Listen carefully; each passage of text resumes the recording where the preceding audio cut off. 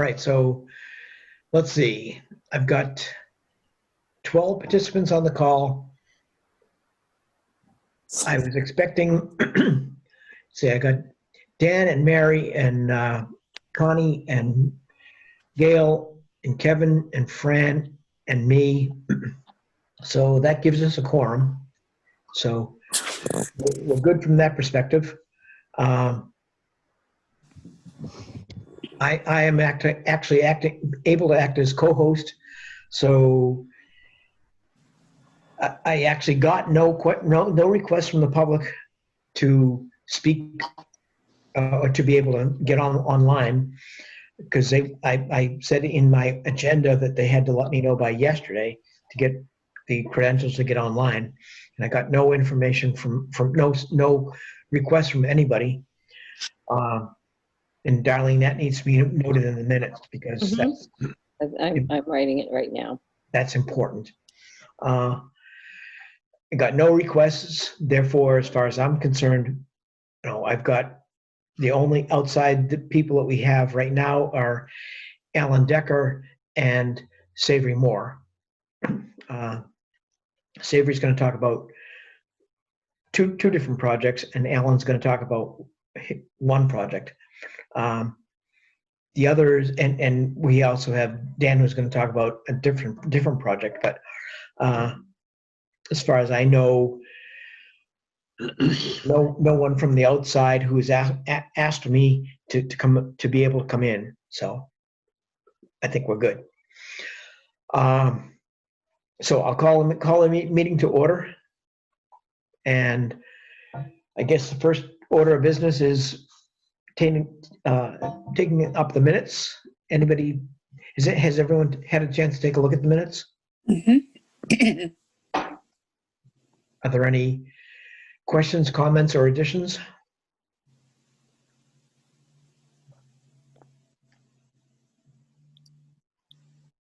Me.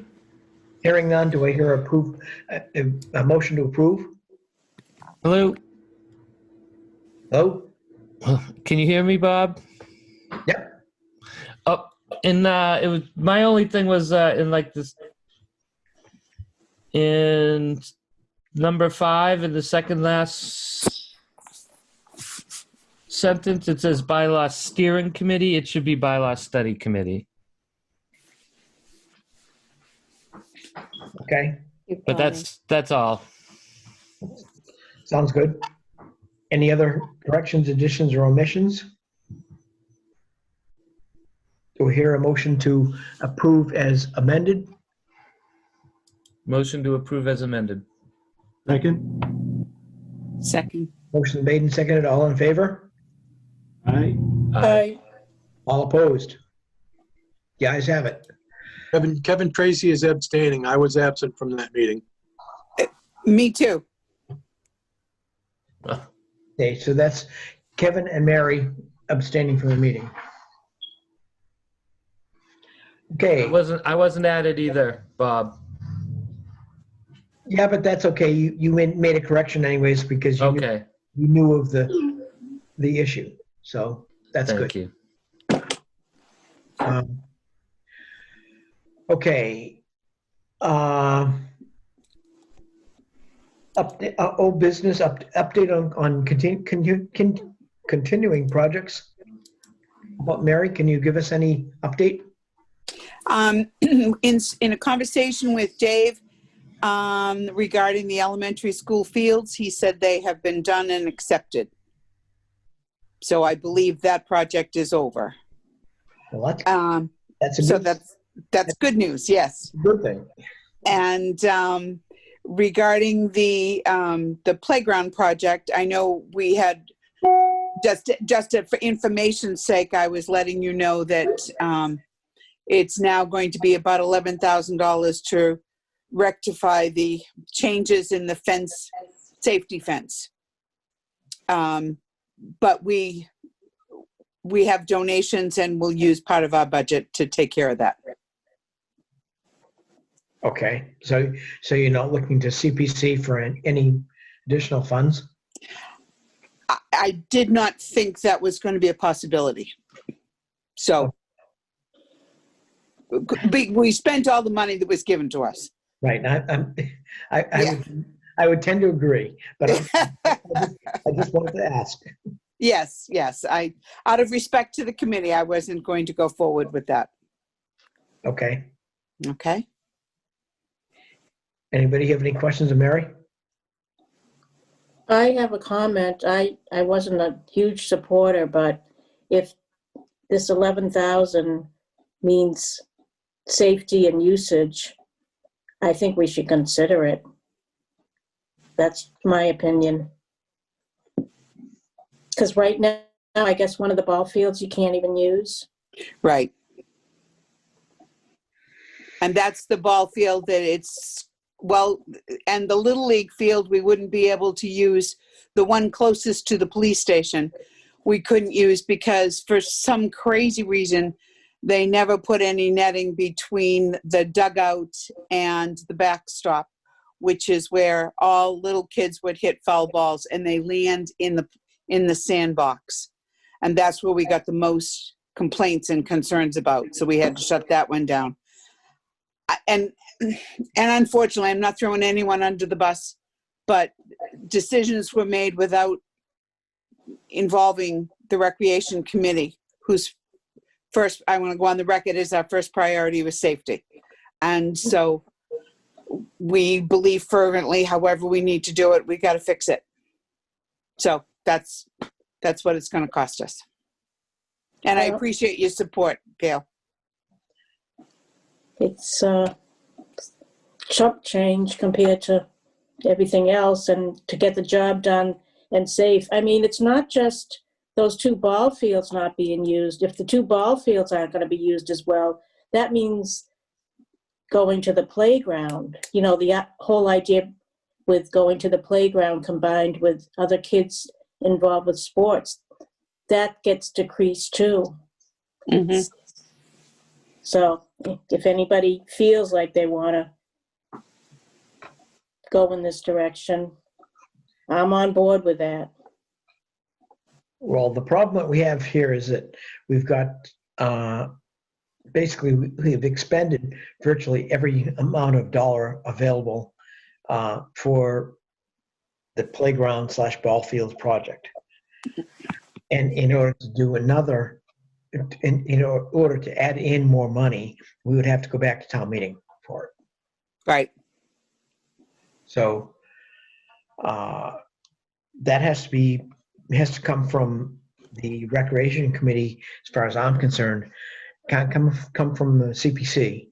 Has to come from the recreation committee, and we're at a deadline right now in terms of being able to do stuff in 2021/22. So. Now, you guys probably on the rec committee have thought about this. I mean, GoFundMe, people can come up with $11,000 pretty quickly. The unfortunate thing is that a town committee cannot raise funds. Oh. Now, that said, we did have a donation, so I don't know, it's semantics. Yeah. But we could not have a GoFundMe, but we did have an opportunity for people to make donations. And then, of course, COVID hit, and we were really concerned about trying to make people feel they need to contribute to it as well. But as things lighten up, I think we may, because there are other things we would like to add to the playground. So I think we would start up our not requests for funding, for donations, but remind people that if they were so willing, we would certainly appreciate donations. We didn't push too hard on the bricks because, again, COVID hit, and we know that everybody's was strapped. A lot of people were out of work, whatever. And so we were trying to be cognizant of everyone else's things, even though this was our passion, it maybe isn't everyone's passion. Honestly, I I wished we could have known ahead of time that we were going to run out of money. We had nothing to do with the expenditures. So it sounds like we dropped the ball. The only reason we knew anything was because I hounded certain people. And, but I will express to the committee Gail's thoughts and her support. And of course, if the committee went that direction, I would love it. But I also understand and respect the process. And even though, as Gail said, it's very little money compared to everything else, I get it, you know. So, but it's nice to know that the committee at least thinks that would be good, if that makes any sense, you know. Mary, when you're asking for donations and you talk about the bricks and just donations in general, are you going to make it very transparent that this is the issue that we have about the fencing and this is why we need the money? Or what, are you just going to ask for donations in general? I was just wondering how you're going to approach it. Because I've been so invested in this, it would be my sense to, yes, include the reasons, but that would have to be a committee decision. Okay. And you know what I mean? I don't want to, I would have to get probably permission to do that. Yeah. From, not just from the committee, but maybe from town administration. Because I really don't want to shoot anybody in the foot, you know. It is what it is. We have a wonderful playground and we have a beautiful poured in place surface and all of that. Everyone has been nothing but supportive of this project. And we can't say enough. We have sent thank you notes and all kinds of things. But unfortunately, there were crazy delays because of mix-ups and lack of communication. We've had to order remaining pieces to put the benches in the ground because nobody ordered any legs. Because we thought the person who was making the list of order thought the legs were fine to reuse, but they were disposed of. So there's been a lot of that kind of stuff, and beyond our control, and I guess maybe not having like this, the beauty of having a general contractor, I guess, who everything runs through. And I originally thought the committee honestly would be the people overseeing all of it, and we were done essentially once we had chosen the equipment. So so to answer your question, I will have to get permission to do that, but it would be my sense to be honest and open and include that. And I don't think it'll be till, you know, it wouldn't be until after the first of the year, or maybe February, when maybe people can breathe a little bit more. You know? Okay. Thank you. All right. Great. Thank you. So let's move on to old business. Let's see. I mean, new business. There are no bills payable at this point, which I'm glad to say. So next item is discussion of submitted proposals with questions being asked of the project's proponents. And I want to open up the floor for the first discussion, which is for Union Society request, which I believe was for $60,000. Savory has sent me a huge number of supportive letters saying that, you know, this really needs to be done. I have not gone out to the to our town council at this point. I want to do that between now and January, and get town council's opinion in terms of whether it meets, or whether it meets or doesn't meet the Chapter 99 regulation that it has to be separation of church and state. But I wanted to give everyone a chance to ask questions of Savory tonight, so that we can get all of the CPC's questions in his hands and responded to before I go back to. In this case, I'll go back to town council. I have been told by the select board chairperson that I don't have to go to the entire select board. I can go to specifically the town administrator to give us authorization to talk to the town council. So that said, I'll open up the floor. Savory, do you have any comments you want to make beforehand? No, I think that I got the last support letter into you yesterday, and that was the support letter from the Carver Historic District Commission, and that, along with probably about 8 or 9 other letters from people who have had a long standing in this town, and also with the Union Society. And there were some that were a little bit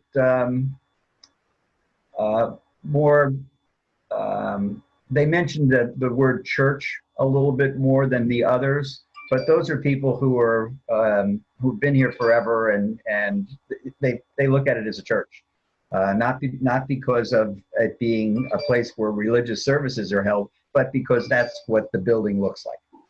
So, but there are other letters that are more specific to the fact that that it's a historic building. It was built by long-standing families in this town, and is one of the few remaining historic buildings, really, that's not privately owned or a resident. That we'd like to preserve. I think in the letter from the HDC, we mentioned that we lost the Grange Hall in North Carver about 15 or 20 years ago. We also lost King Philip's Hall up there. The North Carver Church has been changed into condominiums. Luckily, the building is still there, but the Union Society Meeting House, otherwise known as the Union Church, is in need of repairs, and this seems to me to be a perfect opportunity to use the existing CPC funds, which frankly I don't see any other need for currently.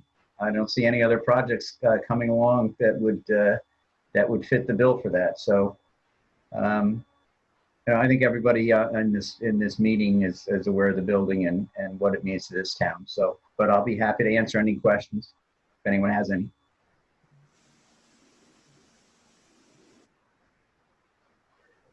Well, I think you're right, Savory, in terms of, everyone understands. I stood on the town meeting floor a number of years ago and said, the most photographed building in this community is the Union Church / Union Society.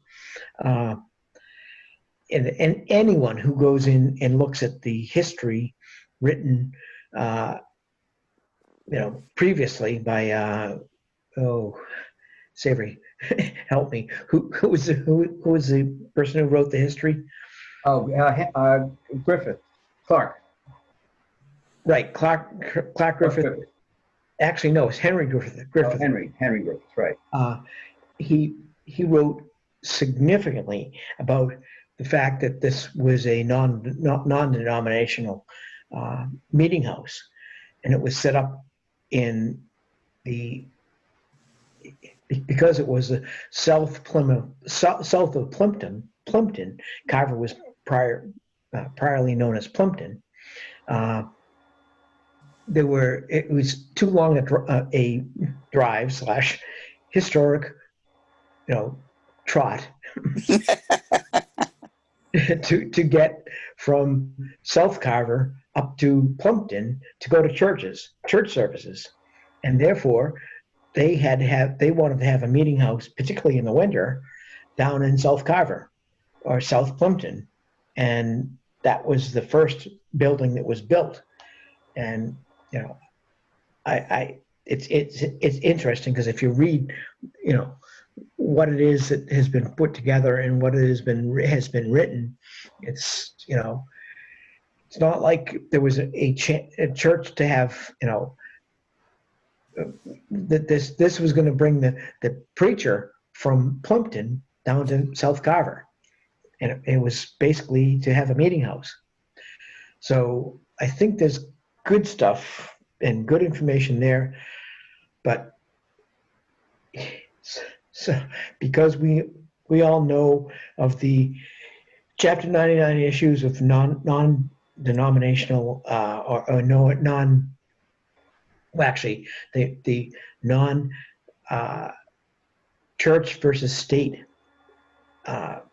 situations, we have to make sure that that the town of Carver is clear before we do this.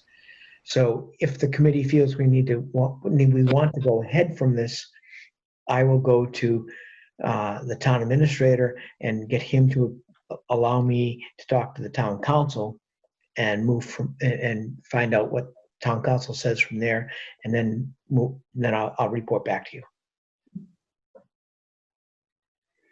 But are there any other questions that you have of Savory regarding the Union Society?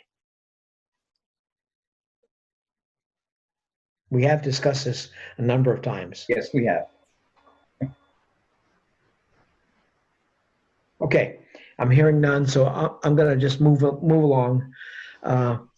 Just so you know, Fran Mello is on a. She's actually got conflicting meetings tonight. Bob, I just got in. Oh, I have been half listening, but my other meeting just wrapped up. it just ended? Yes. Okay. Well, I left it. Let's put it that way. As long as you're all set. Yes, I am. Thank you. Because I have two other proposals in front of us. The second one that I showed on my agenda was for the Concom Buzzards Bay Coalition proposal, and then I have one that I received late today from Dan Badger for the Concom / Boy Scouts project for the Cole Property Bridge. Since Fran's with us, I will go to the Concom Buzzards Bay Coalition proposal, and basically that is for a total of $220,000 with $190,000 coming from the CPC and $30,000 coming from the Buzzards Bay Coalition. I sent Alan Decker, who's with us tonight, and Brooke Monroe with the CC to Savory Moore, who is the chair of the Conservation Commission.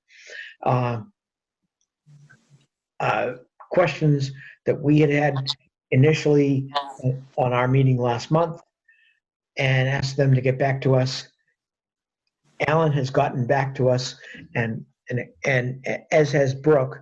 Brooke sent a separate email with I believe the sanction from Savory as the chair of the Concom,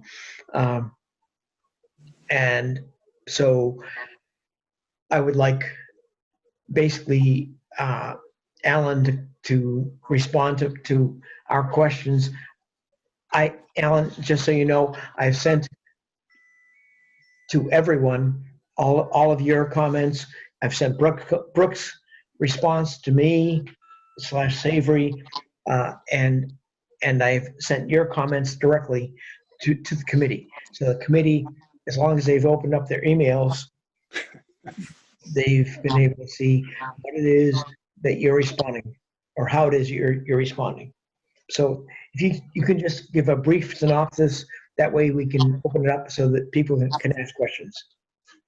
Sure, be happy to. Thank you very much, Mr. Chair.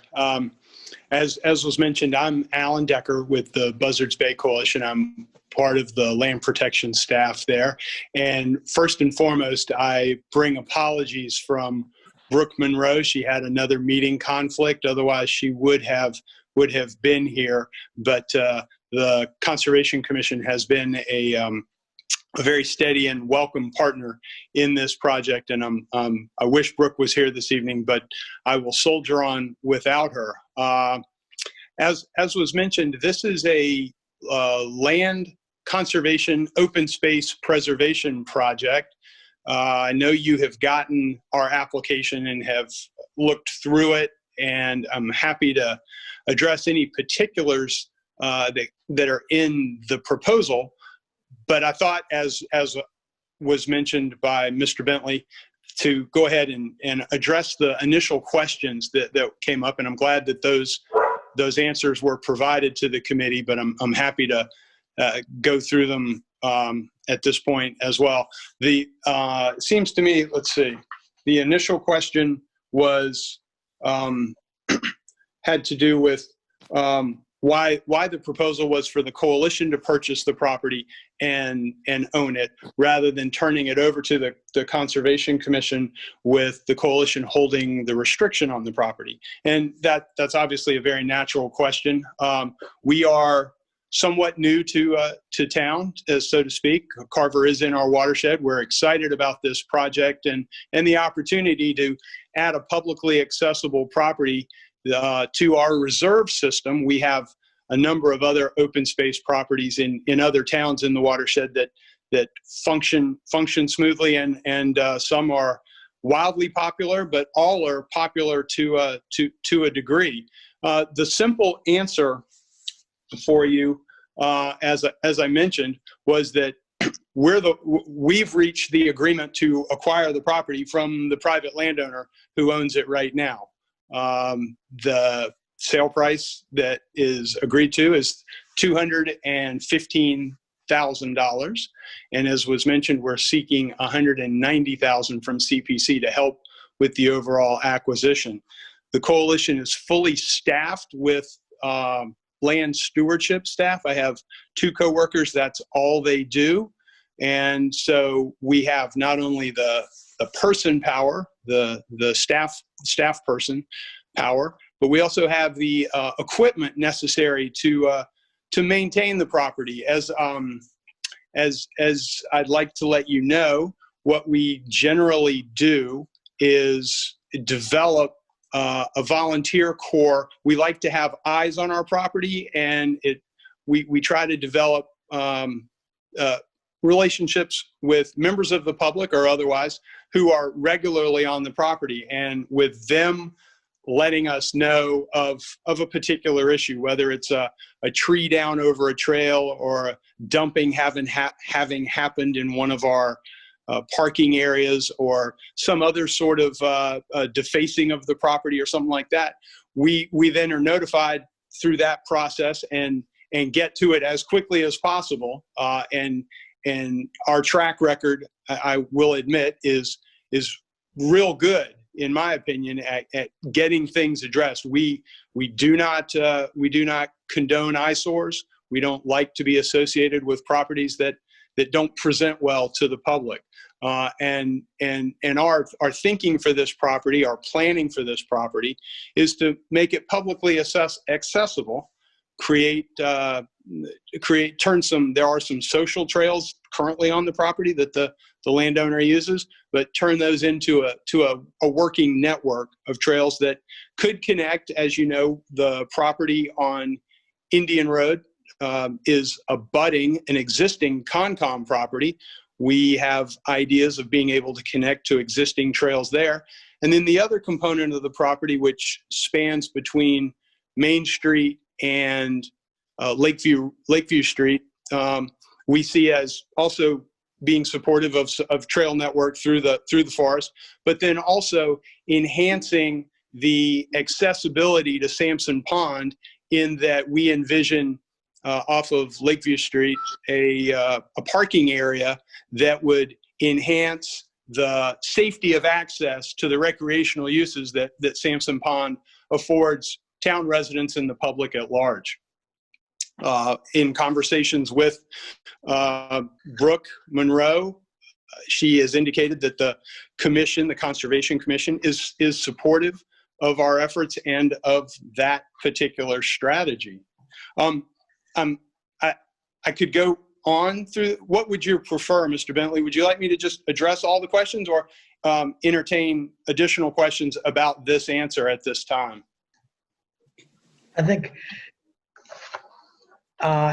interesting additional questions on this time at this point. Sure. Happy to speak to any commission member questions or about this. Committee members, I apologize. Well, Bob, are you okay if I start? Sure. First, I'd like to find out a little bit more about the coalition, how long you've been in existence, how you got started, and you know, a little bit more about the organization itself.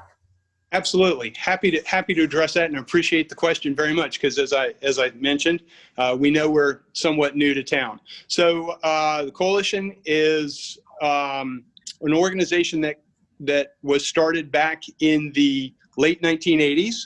It was focused on a particular advocacy issue at its onset, and over time has expanded from simply advocacy for better addressing various environmental issues that face Buzzards Bay, into also having programs. Like I said, I work in land protection, and we also have educational program which works with a lot of school children in the watershed, and then recreationally adults and other non-school kids as well. And then we also have a science component to our work, in that we have a long-standing water quality monitoring program around Buzzards Bay that primarily runs through the summer, where we have on the order of a couple of hundred volunteers who through the summer are taking regular water quality measurements at a particular site that builds a data set that helps us quantify water quality, up, down, improving, worsening, staying the same. We create a guide to the various water sub-embayments of the bay that speak to water quality. All of these programs, and I should have said this at the beginning, all of these programs are meant to support the water quality in Buzzards Bay. That's our day-to-day reason for being. All of these programs all have their focus on improving the water quality in Buzzards Bay, so that it can be enjoyed and used by the residents of the watershed, and support healthy populations of fish and other critters. That's my highly science technical term for the animals and the fish and such in the bay. But just that we have a healthy bay to enjoy into the future. So we are membership supported. We have just over 10,000 members throughout the watershed, and we have a staff of 18 full-time permanent professionals. I am one of 5 in watershed protection. We also do in watershed protection, besides land acquisition, we do habitat restoration. We're working on 3 separate projects right now in restoration. And then, as I said, we have full-time land steward, land monitoring staffers as well. So not to go on and on, but does that give you enough of a snapshot of the coalition? It does. You're 100% funded by your membership? No, ma'am, not entirely. But we do have, as I said, we have a 10,000 members that do support us financially. The rest of our support, we seek grant funding to support our programs from both, or from, I should say, any source. We have private foundations that support us. We have federal grants that support us. We also have state grants that help with projects. And in this case, like this application in front of your committee, we're looking for local support to help make a project happen. So it's a combination of all of those funding sources to make our work happen. So we also, I should just, since this is a land preservation, land conservation project, we have on the order of 30 existing conservation restrictions that we hold on other property, and we own outright approximately 1,500 acres, thereabouts. I don't have the exact figures in my head like I should, but we are a landowning entity in a number of towns in the watershed, this being our first opportunity to have a reserve. That's what we tend to call them, in the town of Carver.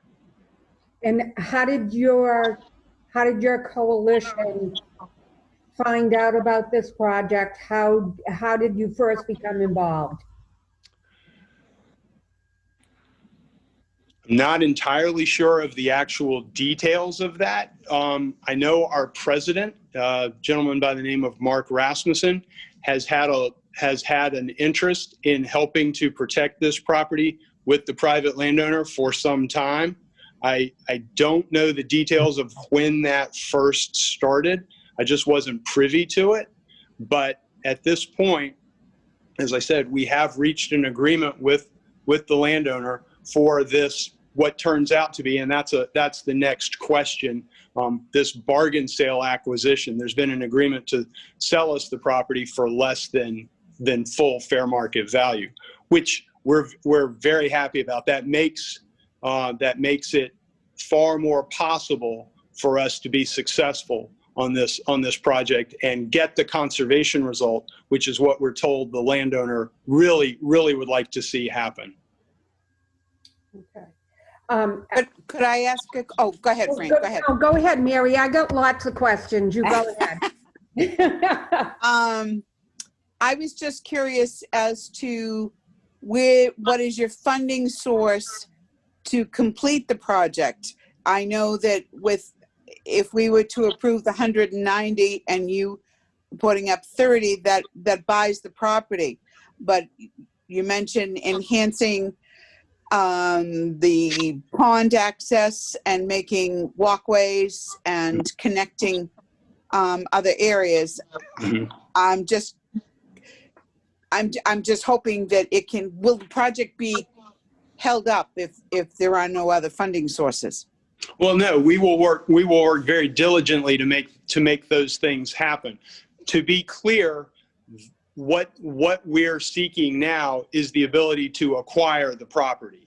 So the 190 for funding from CPC gets entirely poured into the acquisition cost for us to acquire the property. I want to make sure that I believe Mr. Moore is aware of this. The Conservation Commission was successful in securing a grant from the Buzzards Bay National Estuary Program of an award of just under $21,000 to go to this project. So the gap is certainly narrowing. We are continuing to work to fill the funding gap, and are confident we have a number of other avenues to approach to fill that gap, to make up to get to the 220 mark. I'm not concerned about our ability to do that in order to perform on purchasing the property.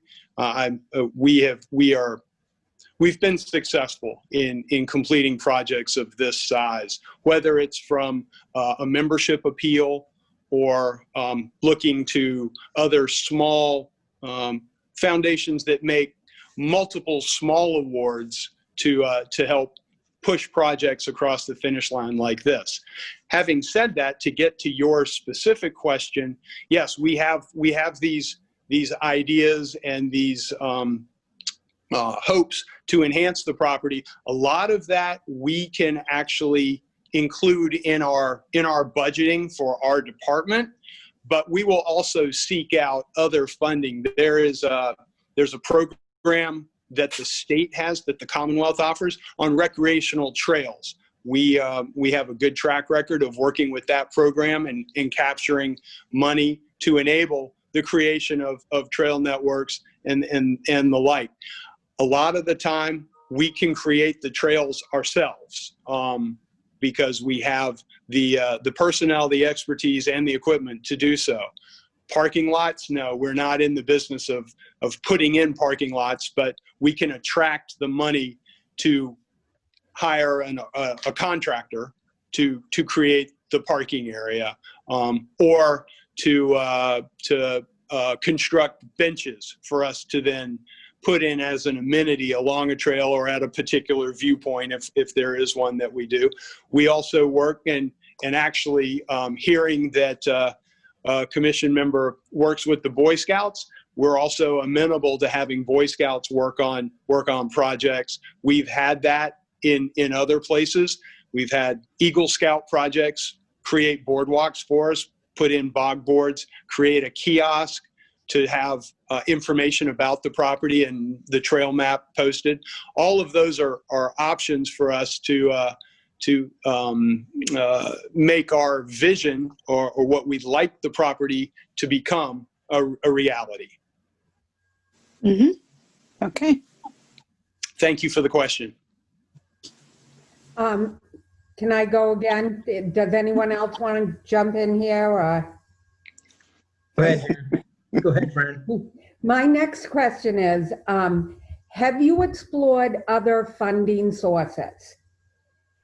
And what would be your ability to gather other funding sources so that CPC is not the only source of your funding for a property that our town is not going to own? Fair enough.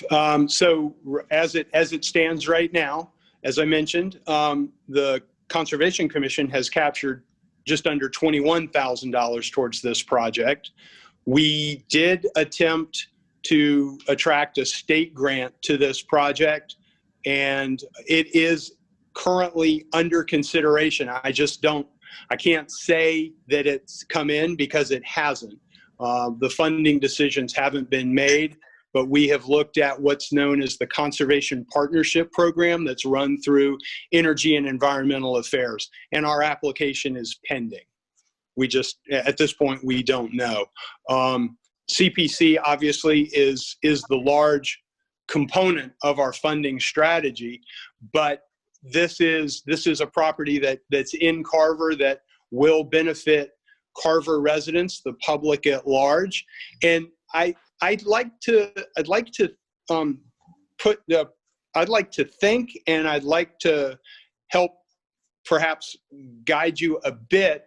The town may not own the property, but gets the benefit of the use of the property without the expense, the upkeep, I don't want to say hassle, but that all of those things, those are ours to take on, which we willingly will do to ensure that the public is not only welcome on the property, but able legally to be on the property.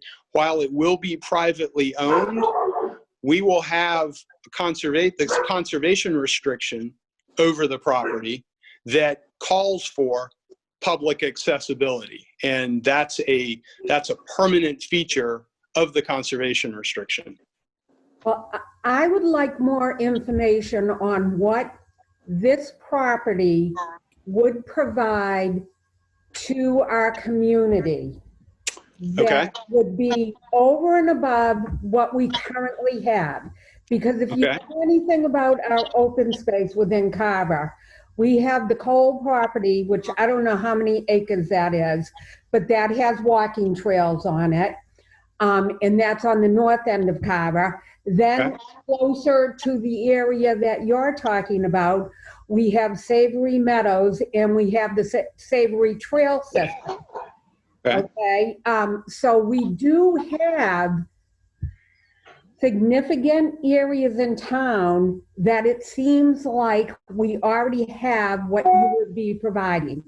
What we don't have is we don't have a maintained trail system with education programs on site, with community activities or community involvement. So from my own point of view, I would want to know what your coalition could provide for this site Mm-hmm. that is going to bring something to the community that we don't already have. I appreciate the opportunity to answer because we actually bring a lot of new opportunity, I believe, to the town of Carver. I invite you, other members of the commission, to go to our website, savebuzzardsbay.org, to see all of the type of events that we have, and that not only us, but other entities. We are if you will, we're sort of a clearinghouse for activities on open space. But that is one of the efforts that our education department does do. We do these things, we refer to them as Bay Adventures, and they run the gamut of all sorts of opportunities to get people out on property, interact, learn something about an area in their town they may not know about. We have these Bay Adventures on our website. We also have a whole list of places people can go. It's called Discover Buzzards Bay. Again, that's also on our website. But specifically, we would, as the owners of the property, we would maintain it, but we would also have events, have walks, have educational opportunities there, perhaps work with some of the elementary schools in Carver to get kids out on the property. We're interested in owning the property because it's over the aquifer. That's very important to Plymouth and Carver, as you all know. The property, as it stands right now, the property could have 2 additional houses constructed on it, which would not happen with our ownership. Those impacts would, because of the topography of the property, would flow towards Sampson Pond. I think one of the things that our ownership of this property would definitely enhance is access to Sampson Pond. I've not personally been up to the landing, the town landing there on the pond, but it's my understanding, having spoken to others, including Brooke Monroe, about this, that's a very popular landing and gets a lot of heavy use, and the ability to improve the safety and access to the ramp and have parking for trailers is a big deal. That wouldn't happen if the property didn't happen to be right across from the existing landing. So that's an amenity that we're definitely looking at providing to the town that wouldn't be able to be had necessarily anywhere else. Walking trails are great. They get people out and about, and we can drive interest to the property through having programming on site and by offering other opportunities for our ever-growing number of Bay Adventures to happen on the property. Does that get to the nature of your question sufficiently? It does, but for myself, would want more specifics. I would want to know what the coalition is promising the town. Okay. I want, you know, the types of programs, the frequency of the programs, the you know, the guarantee of signage, the guarantee of parking area being maintained, all of those things, and some kind of guarantee or deed restriction that if at some point your coalition fell apart, that this property, should this move forward, would become Carver's. I mean, your coalition's been in existence for, you said since the late 80s, early 90s, but who knows what's going to happen 20 years from now, 25 years from now. And I just wouldn't want, if for spending the money for an outside entity, I would just want some reassurance that if something happened to your coalition, this property, which the town taxpayers bought and paid for, would revert back to the taxpayers. Okay. I can't speak to guarantees at this point. What I can tell you is that because a conservation restriction, actually, conservation restriction is in place over a portion of the property as it currently stands, held by the Wildlands Trust, as you know from reading the application. It's likely that they would be the holder. We would amend that to add the acreage that's not protected, and Wildlands Trust would hold the property, hold the CR in perpetuity. If something were to happen to the coalition as an entity, then a similarly situated organization would most likely, I don't know specifically, but most likely become the landowner. We haven't had that happen, and it's not something that I can speak to with authority at this point. But I can tell you that in other towns that have supported us with CPA funding, the properties have become very, very popular, and those are examples of those are what I provided in the pictures that I sent to Mr. Bentley that were passed along. So I appreciate your interest in making sure that the town benefits from the expenditure of CPAC money or CPA money. I certainly understand that. I do, and I believe that we are a worthy recipient and would be a good landowning entity whose ownership would benefit the town. Do you have any idea what the actual frontage is on the pond side?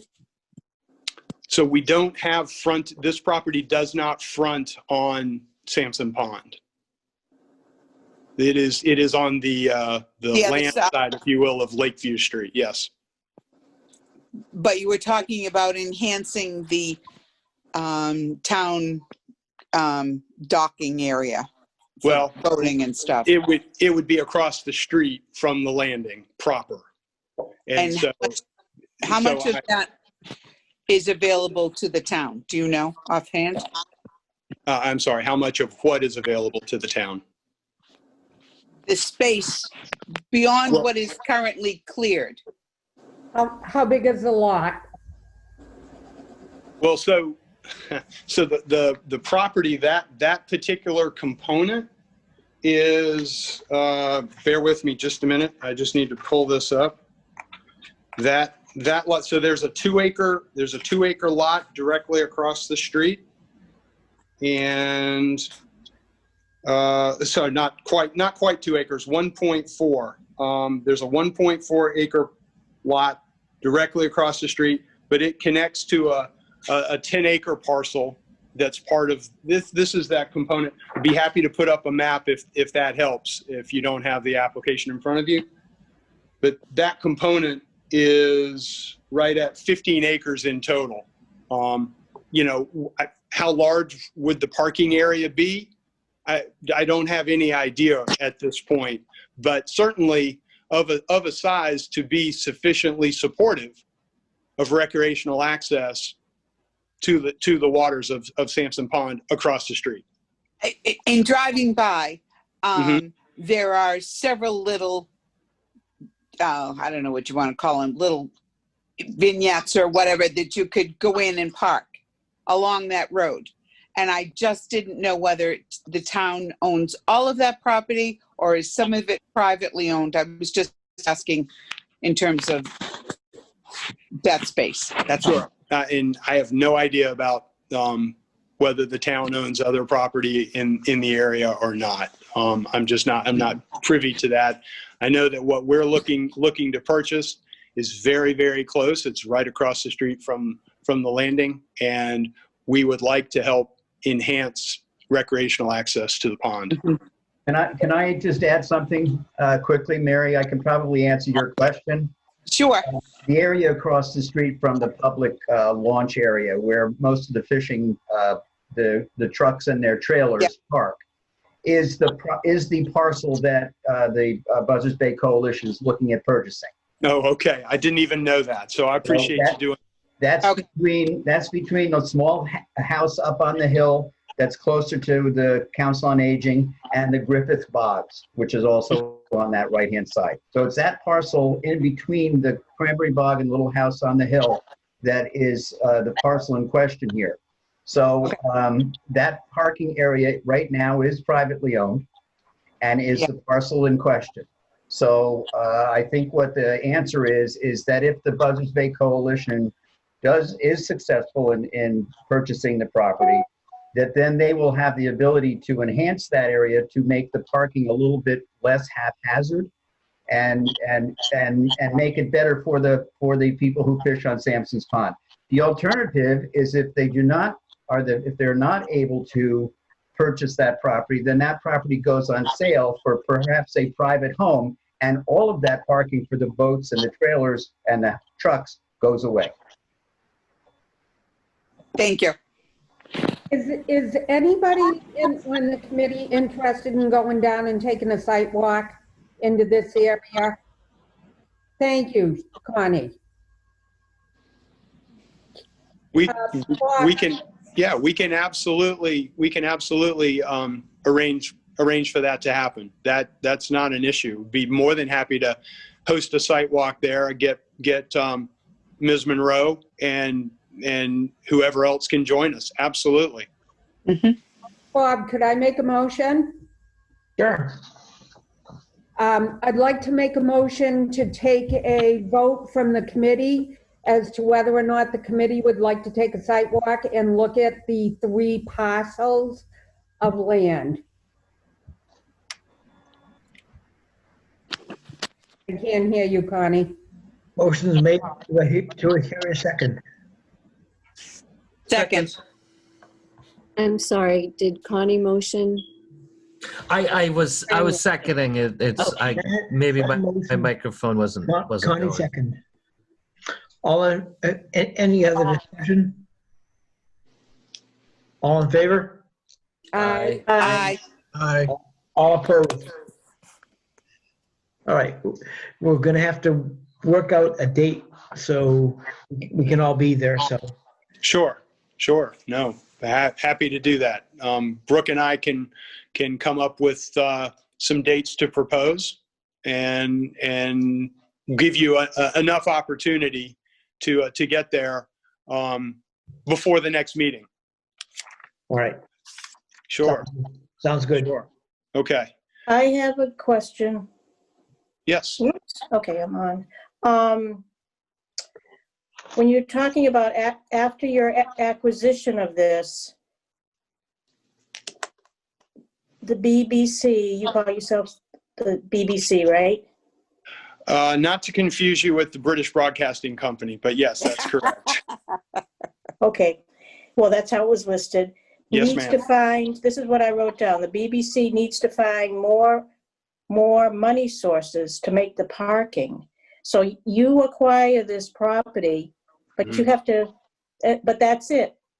And then it doesn't go into how much money it's going to cost to say, either put gravel down or, you know, however you decide to do a drive, to do a parking area. So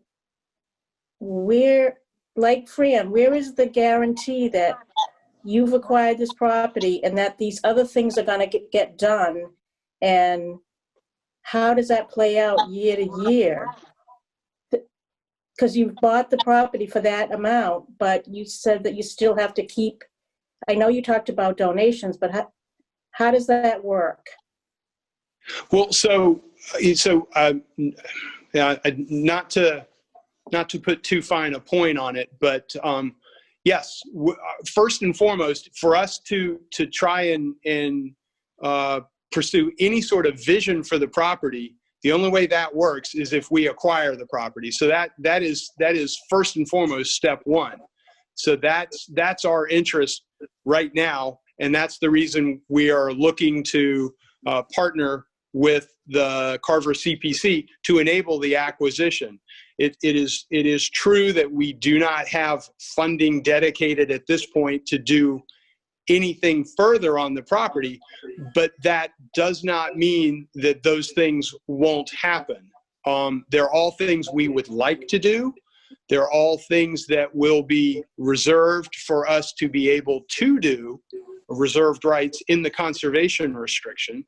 And we will need to attract funding, figure out where the funding comes to create a parking area or other amenities that are above and beyond our capacity as the organization. We have the capacity to put in bog boards, to create trails, to construct boardwalks. We can do all of that. Kiosk, parking area. We would need to figure that out, and perhaps that's working with the CPC again in the future.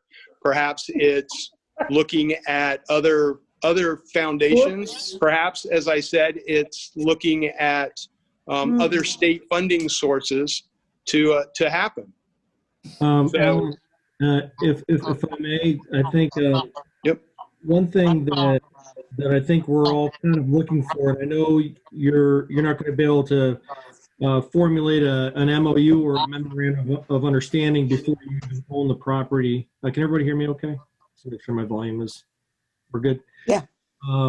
But what might help us understand your organization's procedure on acquisitions like this, what is your SOP or your procedure and time of execution for the things that you've listed that you have in mind that you may want to do for the property? How would that, maybe if you could illustrate how you've rolled that out in previous acquisitions, to help us have a clearer understanding of how you plan on continuing the partnership. And it will be a partnership with the town of Carver if you're under the conservation's jurisdiction.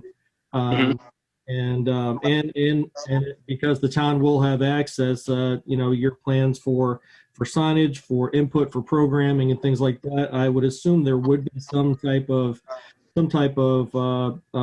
partnership and insight that you would need from the public in order to get acceptance from this from the get-go. So so certainly. So as far as timeline goes right now,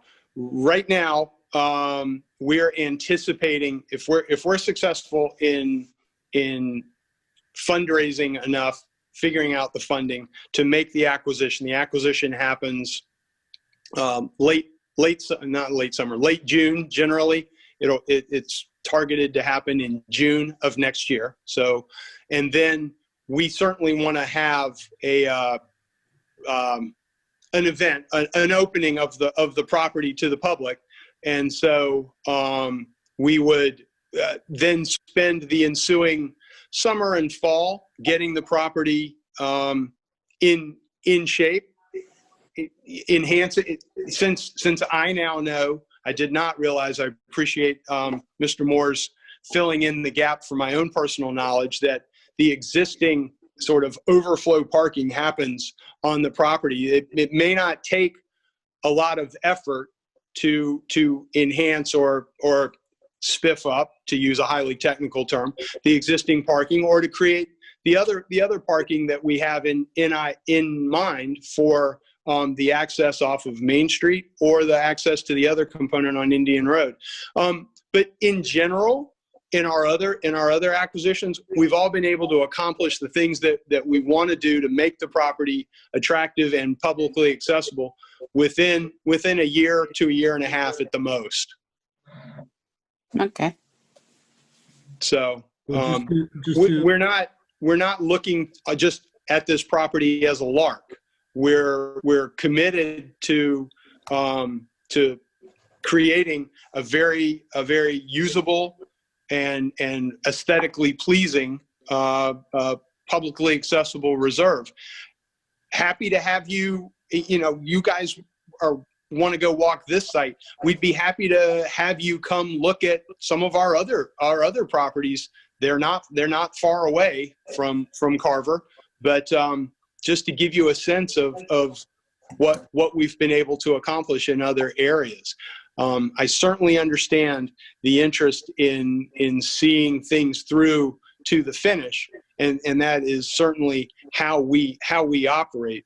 So I would just tell you that we're committed to making this 32-acre parcel a handsome addition to Carver's existing open space.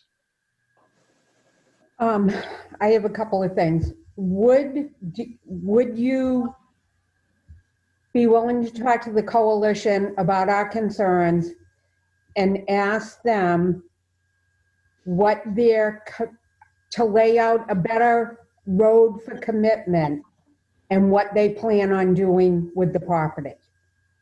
Number one. Number two, I'd like to know when you are going to receive information about the grant, the other funding source, the grant source that you've applied for the property. So at this point, I don't know. It's entirely at the pleasure of Energy and Environmental Affairs. I don't know. I mean, the track record is announcements have generally been made this time of year into the very beginning of next year, because the award, if made, needs to be used before the end of the fiscal year, which is the end of June. Mm-hmm. And so generally they make the awards now to give the successful applicants the ability to get things in order to close on the project. But it's not up to us, and we inquire and are told you'll know when we tell you. That's been the back record. As far as trying to flesh out a commitment to what we want to do to the property, I can talk with my supervisor, my coworkers, and see how to address that appropriately. What is the deadline for purchasing? So we were, as I said, we intend to make the acquisition by the end of next June. Okay, but is there a timeline on the below market price deal by the owners? There's not at this point. Okay. The other thing I would like to see from the coalition is maybe a presentation or a couple of more information on the properties that you have acquired recently, the state they were in when you guys got them, and the timeline for your development of them. That may give us a better feel for how you handle the properties that you acquire. So when I understand that you've gotten a place down in Rochester. What was it? When did you purchase it? What were you planning on doing there? You've owned it for 3 to 5 years or whatever that timeline is, and what has been accomplished on these properties. Especially properties where the town has given you CPC funds, and then what has happened after that. Does that seem like a fair ask to the committee? Mhm. Yes. Yeah, I think so. Yep. Making a series of notes so that I accurately capture the request. Okay. And in time for the January meeting or before that? Is that to be part of the public meeting? I think our meeting is in April. Oh, No, I think it would be for a January public meeting. Yeah. Oh, yes. Public Yeah. hearing. Yes. I personally, if it's all right, I would like to see an actual list of the restrictions that would be on the property, some sort of basic maintenance schedule, and some sort of assurances that should there be any changes in ownership or usage of the property, that Carver would have some say in the matter. Good point. goodness, I didn't capture all of that. That was a lot. That's okay. I'd like a list of the restrictions that are going to go with the property. Some sort of basic maintenance schedule. Even if it's just a spring and a fall cleanup, just something basic. And some sort of assurance that if there's any change of ownership or usage of the property, that the town of Carver will have some sort of say in the matter.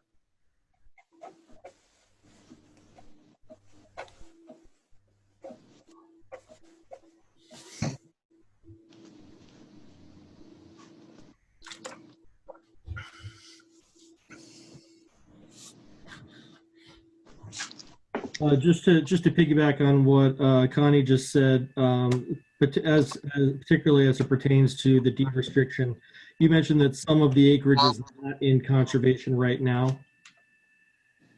Correct. Okay. Once you acquire it, is that how does that change, or is that I don't know if that's a savory question. No, I'm happy to answer that. So statutorily, with the use of CPA funding, conservation restriction is required.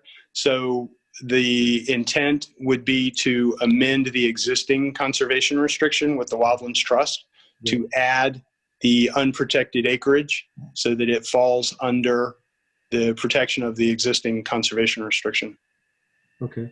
And of course, we all wish you well and good health, but if struck by lightning, does it stay that way? In terms of if your organization faltered in some way once that restriction was in place, what is the statute on that, the longevity of that conservation restriction? So conservation restrictions are in perpetuity. So the fact that we might not be the owner in the future if something were to happen to the organization, the CR, the conservation restriction, stays in place. New ownership would have to abide by it. Okay. You mentioned that the entire entity, all 3 lots, is 32 acres. How much of that 32 acres is already in conservation restriction? 28 acres. So what's unprotected are 2 buildable house lots, one on Lakeview Street, one on Main Street. So am I correct in saying that this really is to buy 4 acres? No, ma'am. This is 32. They're all privately held right now. But they're already in conservation restriction, so that cannot change. 30? Sorry, I'm not sure. I don't follow your question. is 28 of 32 acres are already under a conservation restriction. Correct. So that cannot change. That can't change, but it's also not accessible to the public right now. Okay. Yep, but it's, yep, okay.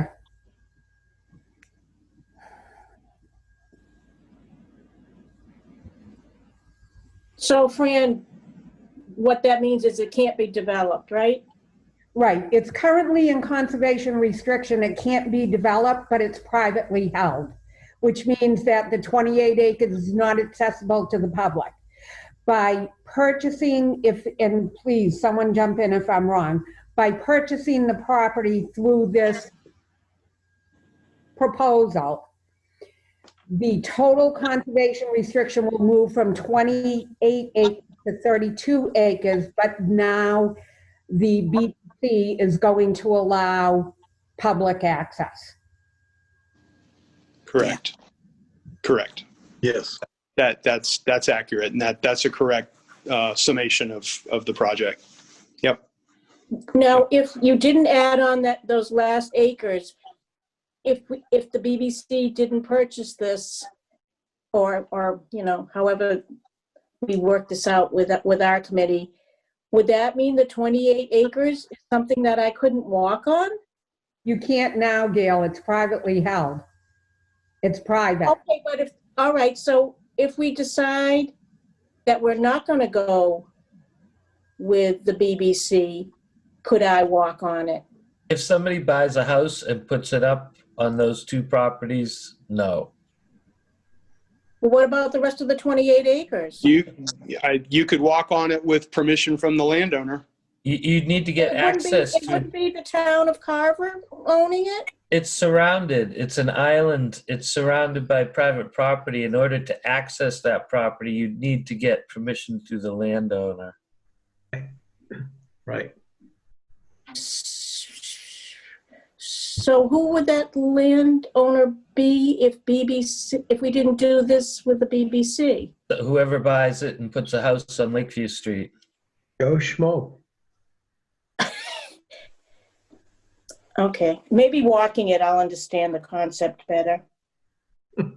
I'm just, yeah. Well, people building a house, if I'm understanding correctly, are not going to buy just the 1 acre to build a house. They will probably split that with the people who are building the house on the Main Street side. Is that correct?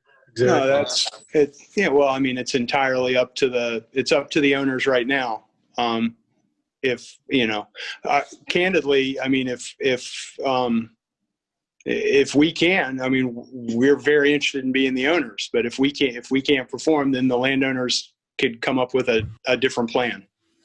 Right. And how much would the town of Carver be offered to buy this land, just to be put aside for conservation? If We're no not, offense, but if the BBC wasn't involved, go ahead. the land hasn't been offered to us. It's not, Oh, yeah, it's not on the market per se. The landowners have made this agreement with BBC. oh, okay. Yes, but we don't have an option to bid on it right now. Oh, okay. And the price to BBC is significantly less than what the market value is. Is that right? Correct. Okay. Yeah.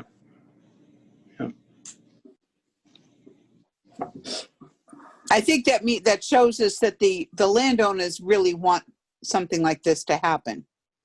Correct. Yep. Yep. I agree. Yep. Yeah, and in fact, in the application package is a letter from Suzanne Lyons, the trustee of the owner, the entity that owns the trust that owns the property, speaking to her interest in seeing this come to fruition. Mhm. Yeah. All right. So, you know, I think we've had a good discussion on this. You know, there's no question that Clark Griffith wanted stuff like this to happen. And, you know, BBC/Concom have worked to make this happen, obviously the committee has a chance to sit back and discuss it and think about it. And if we want to go out and do a on-site walkthrough, we can do that.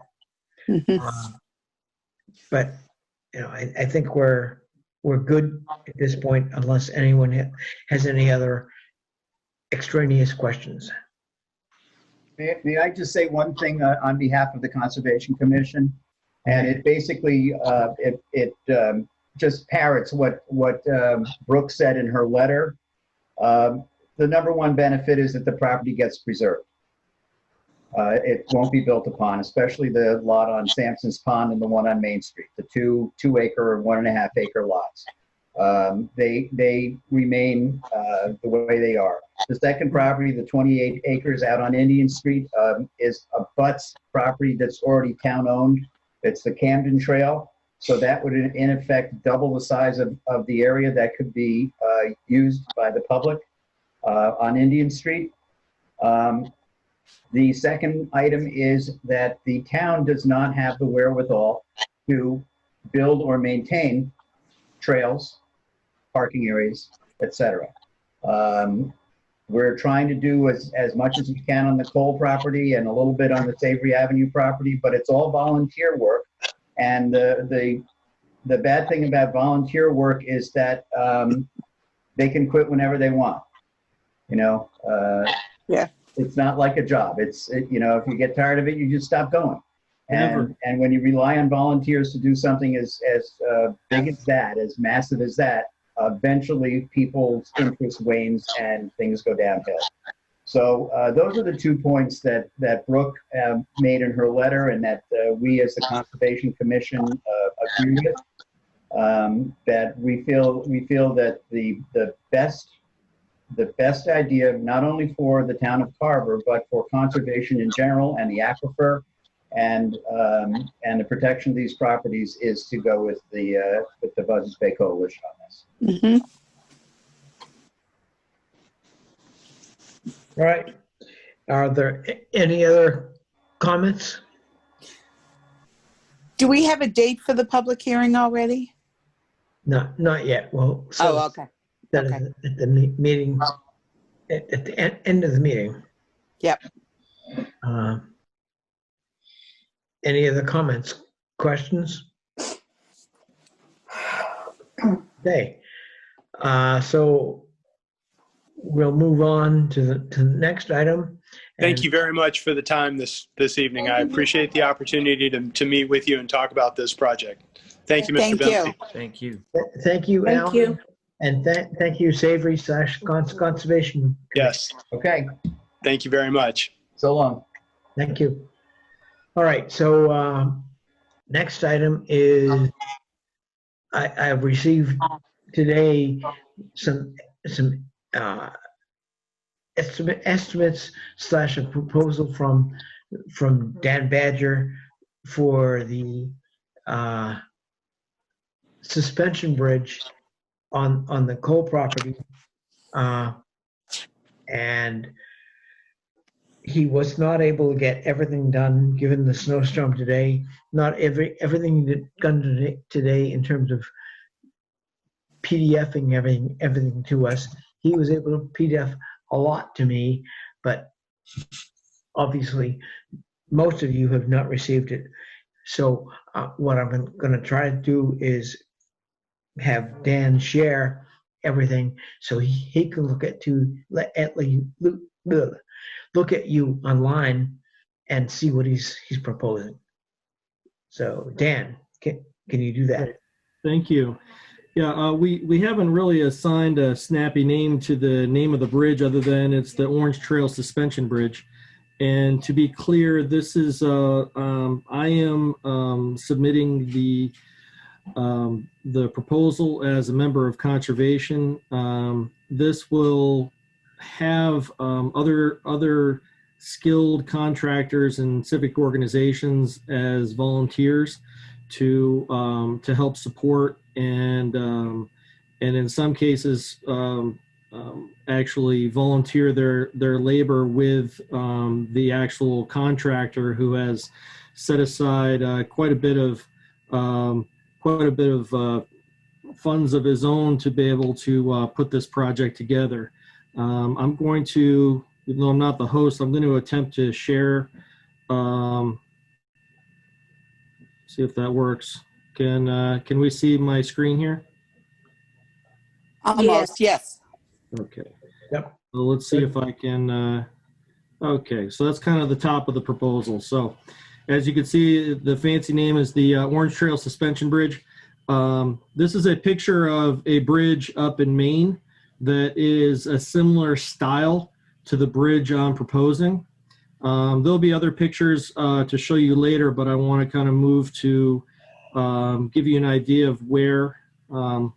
First, for those who don't know, the Cole property is off of Pleasant Street on the Plimpton Carver line on Pleasant Street. If you were to Google basically 58 Pleasant Street of Carver, you'd get pretty close to the entrance.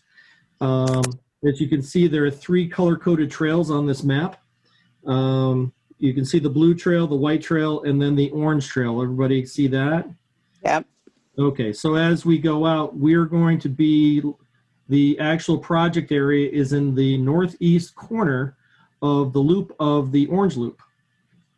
So let me scroll back up so we can get a little specifically where that is. You can see I've boxed out the location of the work site.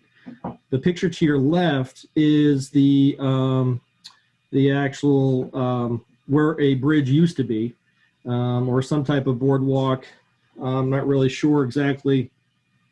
I haven't been able to procure pictures of what was there, but what was there, I do know, had some type of supporting pilings that were in there that basically rotted because that area floods out.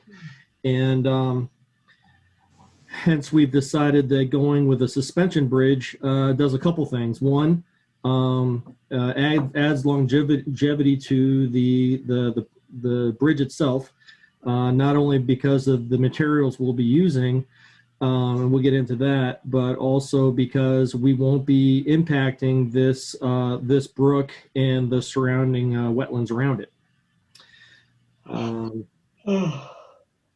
This the dip between banks is between 10 and 15 feet deep, and we've decided to measure out a bridge span of roughly 50 feet to go beyond where a bridge could be shorter in here, but it would be likely in an area to potentially get flooded out seasonally.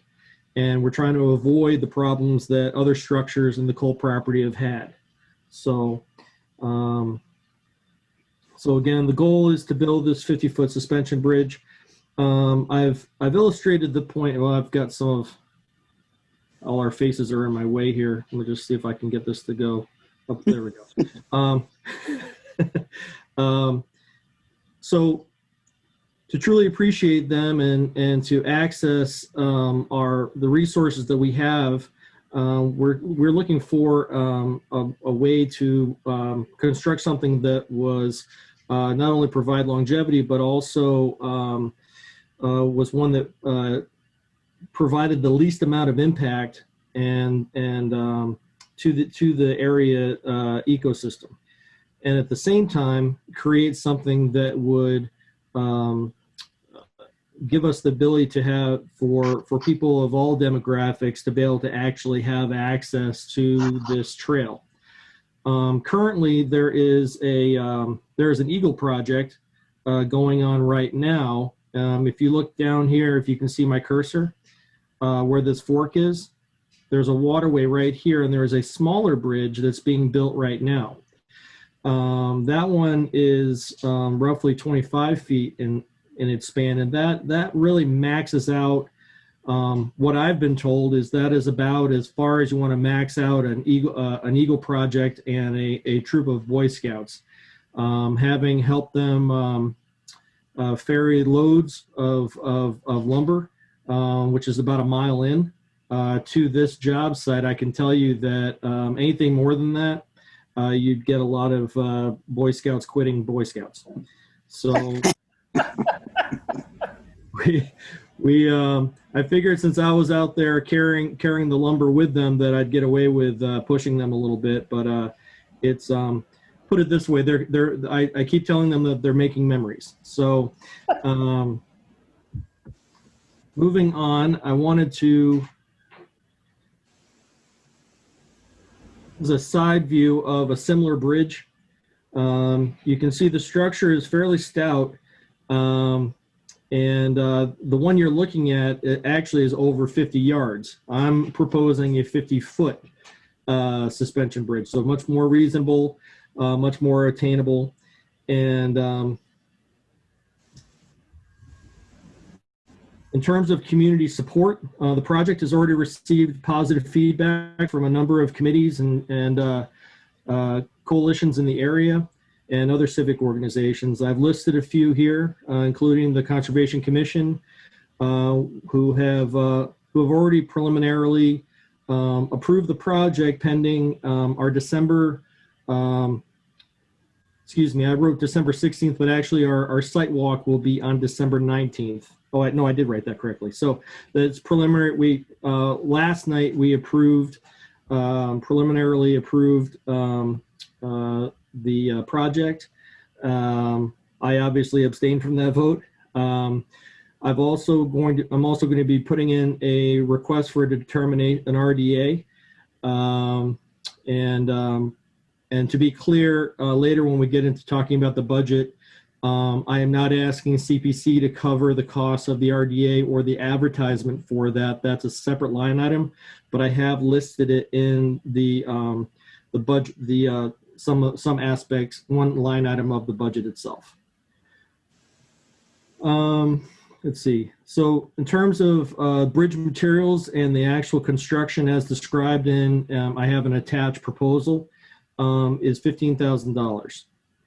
There are transportation and logistics costs for getting materials in, and also the equipment used to actually tighten up, get the cabling actually suspended and set up. In terms of general contracting, there's a line item for that. Right now, the contractor that I'm working with is Fisk Construction, located here in Carver. They've provided an estimate that reflects a yet to be determined number of volunteers, but I should be clear that this project is not going to be dependent on volunteer help.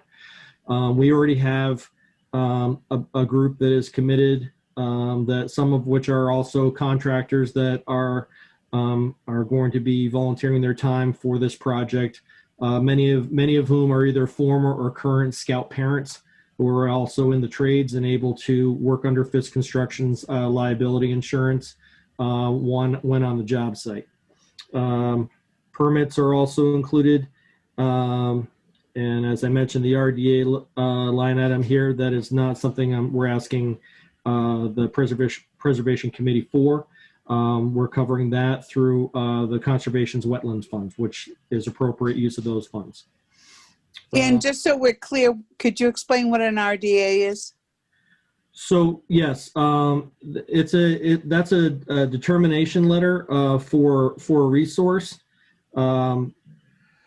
We specifically, I think I meant to illustrate that, but basically it's a determination letter for resource access, and for the ability to whether or not something is in fact part of conservation wetlands, and in short, and that is and so that'll be filed with the conservation agent, and will be reviewed through them and through a site visit, and that'll be again determined through conservation whether or not that's appropriate. They've already most members of the commission already know the site and the area, but I felt it appropriate to still go through this extra step, in case there were any questions. It's nice that everybody on the commission were all in favor of it, but I'm making them come out and do a site walk on Saturday morning too. So this will all be by the book. So it's a document. Yes. Okay. Yep. No. And talking with Brooke, depending on how we process it, she wasn't sure of the cost, but basically she said it'll be somewhere between $150 and $200 when you consider the processing the RDA, but also you're required to make that public. And so we'd have to advertise. Okay. That. There's a fee for advertising that. So she just said, I said, give me a budget line item. And so she said $200 would cover that. It probably wouldn't be that much. So. Okay. Right. I've got some attachments to go. So I have, this is the front page. Please ignore my handwriting. But to be clear, I wanted to be clear, this is on the northeastern section of the Orange Trail Loop of the Cole property in Carver. This applies to both open space and recreation. The request is for $22,500. Going down, this is Fisk Construction. This is their proposal. For that, basically the what you saw above was my breaking down this essentially this proposal that they gave. So this is the total that we're going to be asking for CPC. In terms of the percentage of what equates to in-kind labor, I can get that number to you, but again, that is to be determined based on. This is, again, his proposal, not an estimate. So this is the number. And so we wouldn't be coming back and asking for more funds. This is what it is. That's actually far in the distance. You could see Mike Fisk at one end of a tape measure. I'm actually down the hill in what was a dry brook. And also attached, unfortunately I had to do this for this presentation. I had to turn this into a photograph, and so I will have these all in PDF form. But this is an example of one of the support letters. This particular one is from Mike Cipolo, who is our town's scoutmaster for the Boy Scouts. And I can leave that there for a second to read, but I'll be furnishing a cleaner copy of all this to all of you when we're done here anyway. There are quite a few considerations to this. I'm happy to get to those, but I'd like to open the floor to any questions that you might have initially, and then I'm hoping to have a dialogue with anybody who wants to maybe add an idea, edit, amend, whatever. But I thank you for your consideration of this proposal once when or if it is complete, and certainly this coming Saturday, I'd invite any of you to come on the site walk. We're doing a dedication to Grumpy's Brook near the entrance of Cole property at 10 o'clock, but right after that, we're planning on walking out to the Orange Trail. So that would be a sort of a between 10:30 and 11 step off for that, if anyone's interested. Dan, I know you probably told us this when you initially talked about the project a couple of meetings ago, but how long, what is the lifespan on this bridge? What do you expect the lifespan to be? I called Maine Department of Inland Fisheries, who oversaw this oversee this particular bridge, and this one here was there for at the time of that picture, I believe, for over 25 years, and in a much less protected area than where the one in the Cole property will be. Great, thank you. So Dan, what's the idea in terms of keeping four-wheelers off of this? So no, that's a good question, and we're going to, at the end of each bridge, we're actually going to have a pylon put on that'll be enough for a walker or stroller to be able to get by, but not an ATV.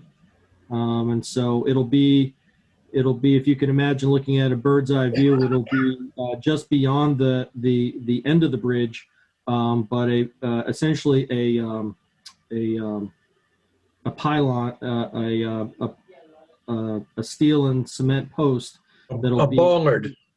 What's that? They call it a bollard. Yes, and there'll be one at each end. Now the reality is will that keep motorcycles away? No. But the construction of this is beefy enough, just like the Eagle project over on the other side of the Orange Trail, where we're anticipating ATV use. And so, I could tell you that the beams over at the other one are 6 courses of 2x10, and so each beam is 6 courses thick of that. This suspension bridge doesn't need to be that beefy. The biggest part, obviously, are the trusses at the end. Are you using pressure treated? Yes. Yeah, good. Yep, and that's identified. I'll scroll back. Sorry if I'm making your eyes go crazy with scrolling back and forth here. But yeah, no, that's identified specifically in terms of materials that'll be pressure treated lumber, and the cabling itself will be a galvanized cable. Great, thank you.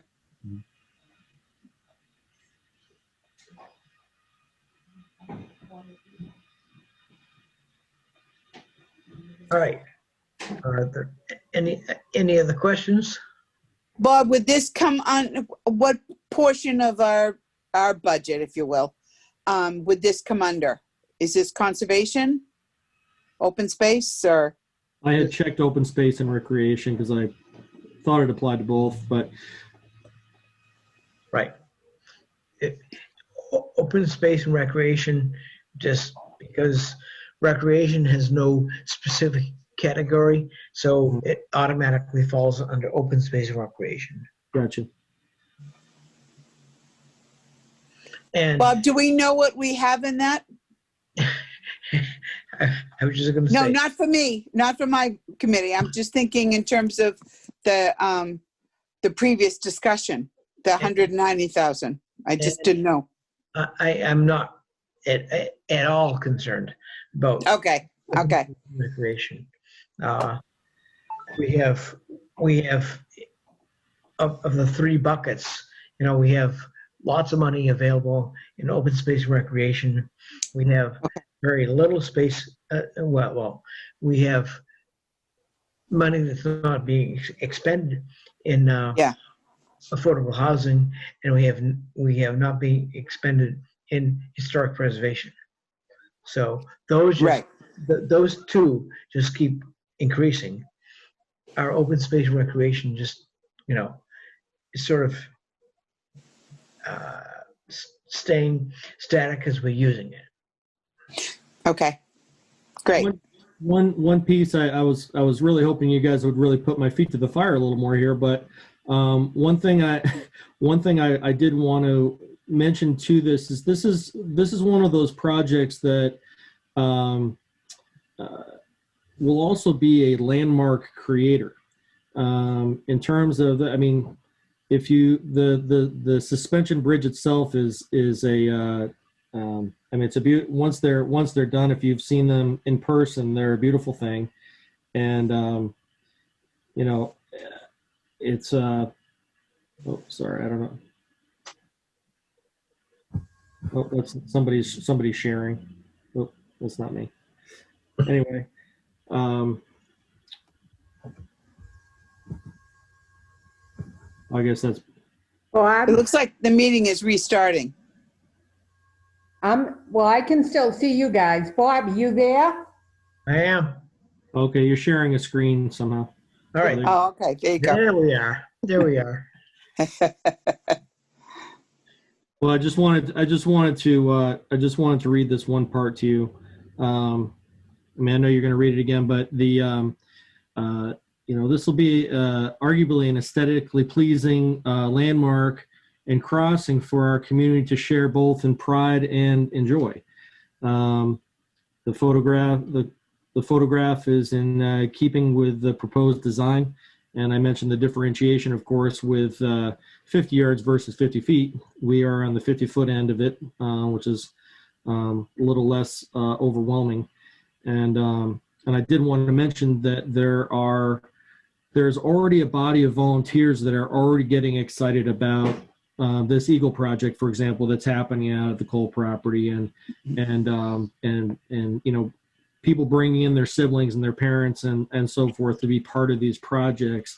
And so the timing of which, this really truly becomes a community-driven project. And those of you who've gotten to know me over the past couple of years know that I'm all about volunteer-driven things, because if it gains legs on that end of the perspective, it's a worthy thing. And this is something that I've talked about for a while. One concern that may come up, it's not like I'm trying to talk you guys out of approving this, but something I was just playing devil's advocate to myself is, well, how are we going to maintain this thing? Who's going to police it? And we are developing, we're in the midst of developing this, as you know, a maintenance committee that has yet to be, it looks like it's going to be potentially renamed something that has to do with conservation and stewardship, whose mission is to maintain conservation properties in town. So that vehicle is already underway and is being cultivated as we speak. In addition to that, going back to the list of not only for the letters of recommendation and support, but specifically on getting those letters, because it's a way of tying those groups and organizations into accountability of helping us police the property itself a little bit more aggressively, to include the Massachusetts Environmental Police. Also involving Massachusetts Audubon Society will do an annual walkthrough.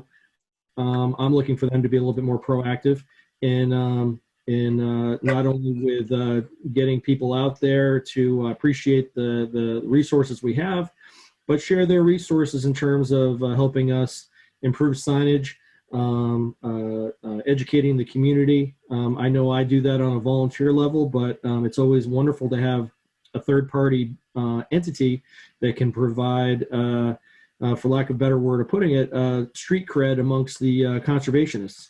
And so that's a big piece, to help with the maintenance and the longevity of this property and other conservation properties that we hope to acquire in the future. So.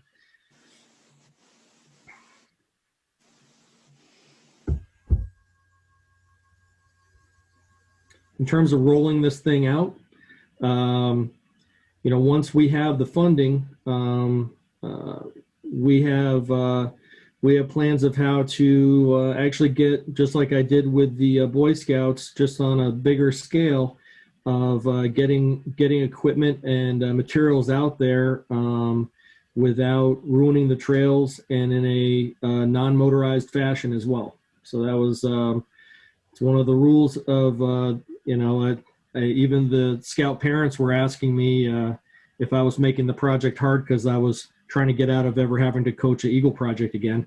But the truth of the matter is I figured as long as I was shouldering the lumber with everyone else, then we could show them that you really don't need a lot of motorized equipment, and you could create something wonderful in the middle of nowhere with just having more friends participate.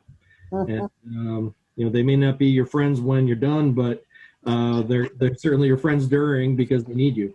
And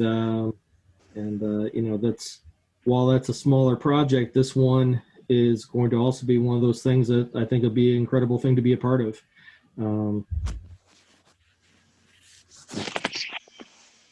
Do you have a timeline for receiving your funding? Or when we have to vote? I was assuming that all this would happen sometime after your approval, and then I wasn't planning on executing anything until after the town vote anyway. I assume nothing, and so my hope is to get permits and everything done in if the town meeting's in April, get permits and everything done in May, and acquire materials for the trusses, and getting those materials hauled out there in June and July. That completed, and the plan would be to have the cabling and everything suspended and pulled across by September, and sometime in October have some type of dedication. We'll have a leaf peeper opening or something. Okay. And that's conservative. It could happen faster, but stuff happens, and Sure. I don't want to be pushy with Mike of Fifth Construction, because he's putting a lot out there to make this happen, and so we're going to work around his schedule too. Mm-hmm. All right, so, sounds good. Sounds like a great proposal. Obviously, getting it to the rest of the committee besides me would be a good thing. PDF will be fine, but if you can't get a PDF,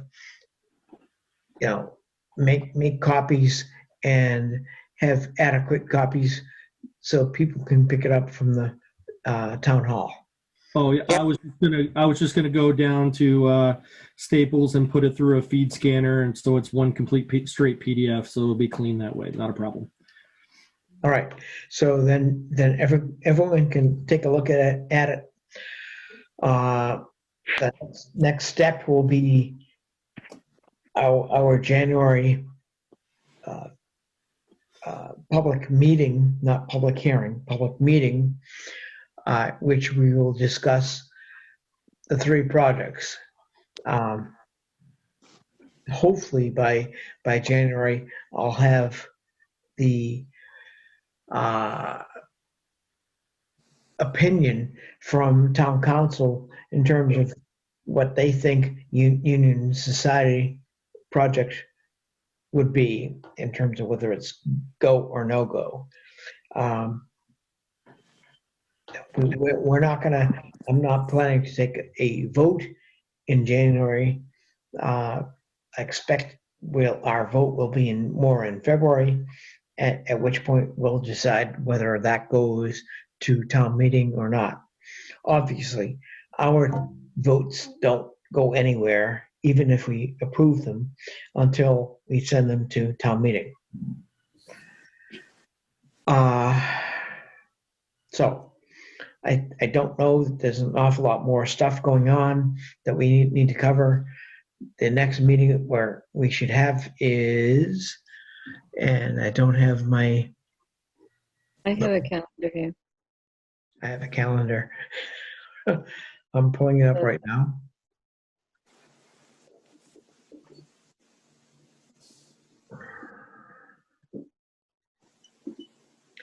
So, in theory, our next meeting should be January 28th, which would end up being our public hearing, not our public meeting, not our public hearing, public meeting.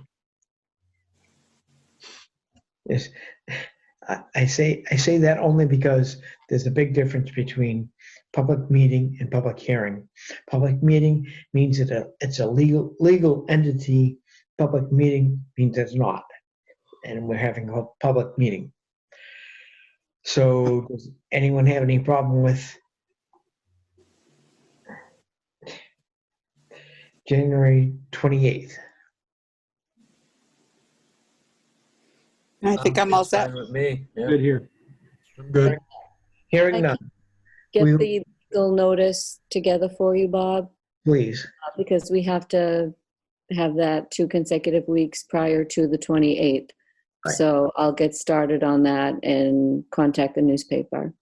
Right. And could I also just request one more thing while I'm talking here? For my record keeping, the vote for the minutes, I was wondering if we could do that over again, because I have Connie motion to approve and Mary, but they abstained because they weren't at the meeting. Well, I second somebody's motion, Oh, okay. but I wasn't sure if I should abstain. Oh, right. So, and Fran wasn't present during that, and Fran is present now, so I don't know if we want to. No. Connie made a change to the actual Right. name of the, I think it was, Zoning bylaw committee. So instead of staring, it was study. Yeah. right. And therefore, he made a change, Okay. and I would assume that instead of him abstaining, because he had made a change, Okay. that would be Okay. a full vote. Okay. So who would have seconded the motion? I don't know who put forward the motion. I think Mary and I seconded it at the same time. Okay. Yes. And of course, in the beginning, we're Zooming, so I don't know who made the motion. Can somebody clarify that for me? Was it Kevin? Did you make the No, motion? Kevin was. I abstained. I wasn't there. Was it Dan? I'm not sure, because I have written down here that I know that you had made, Connie, you had made the change, but I don't know who made the actual motion to approve. All right. I did. I motion to approve then, and Mary seconded. Does that sound good? That's great. We'll All go right. with that. Okay, very good. For some reason, I just thought that if you weren't in meeting attendance, that you couldn't vote. I don't know why I thought that. but Well, I didn't vote, but No, I did, but I wasn't in attendance. But yes, Right, I see what you're saying. So maybe. right. It'll work. Don't worry. Okay, Bob, that's fine. I'm just making Sorry, I sure that missed I get it. everything correct. I'm sorry I missed it. It seemed like you guys had a good time without me. yeah. Tricky stuff. Fran, we're happy you showed up. Yes. Okay, so is there any other business? One particular thing was more of a courtesy to the rest of the committee. A few meetings ago, I had started to bring up the potential proposal for affordable veteran housing. I just, so you know, that has not died on the vine. There are some pieces that, as I mentioned, I believe my wording was that some of that wasn't my call in terms of the plan was in place, but it wasn't my place to say what a couple of the components would be. Right. Ironically, I have a meeting tomorrow morning with Rick LaFawn on that very issue. So while I won't make the window likely for any CPC funds, that's something that I'm carrying on as voluntarily, but also in concert with the Veterans Office and some nonprofit veteran groups that I work with who want to support it. So we'll make it happen one way or the other. And then I think the reality is it'll be a hot topic that we can all be a part of together next cycle. So. Right. Well, thank you. Thank you, Dan. I just want to say that I think the committee as a whole is very interested in working with you / anyone who wants to bring affordable housing for veterans back into the community. Sure. So, please continue.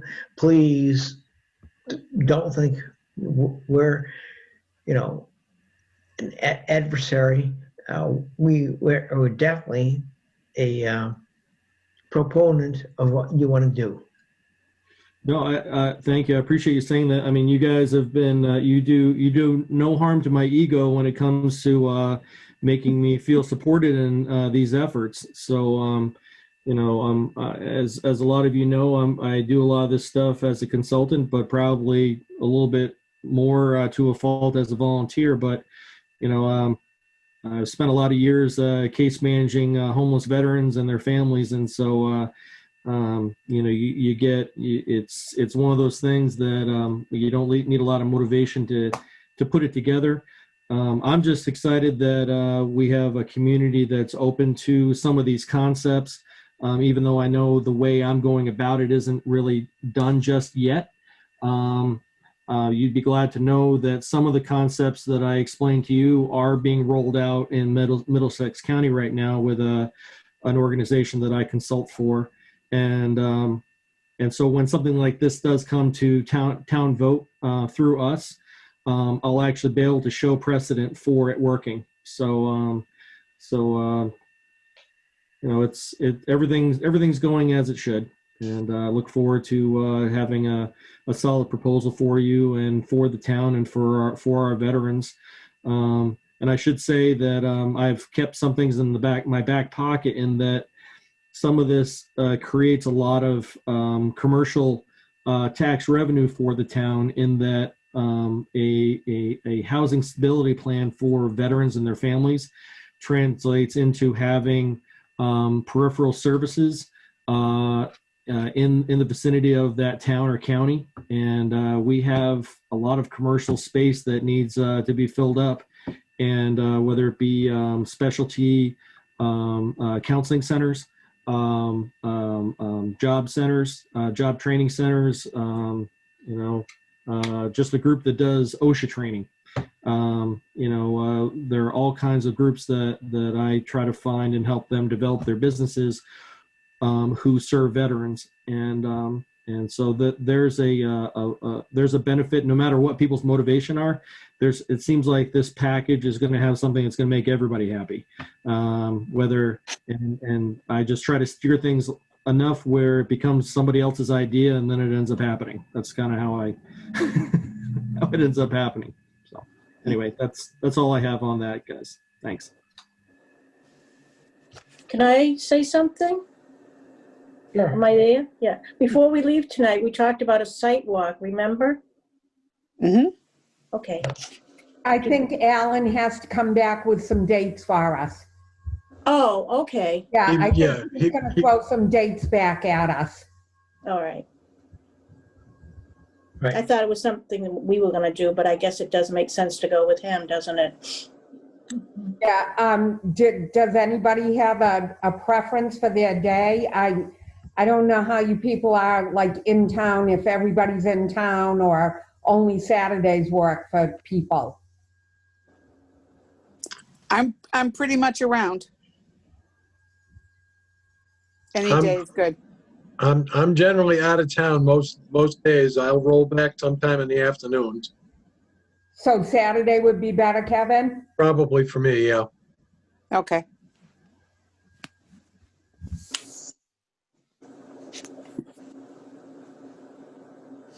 I can generally work Wednesday or Friday, but not Monday, Tuesday, Thursday. So, but it depends. I'm free whenever you need me. All right. So we'll wait for them to come back to us in terms of suggested dates and go from there. Are there any other items to come up? Nope, just want to wish everyone a Merry Christmas. Merry Christmas. Thank you, You Mary. too. Christmas. Yes. Merry Christmas / holiday. Next meeting. We got the The 28th. 28th. 28th of January, yeah. 28th of January. Okay. 28th of January.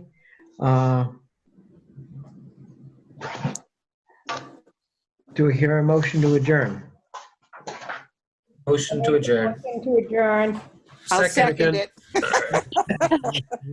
All right, people.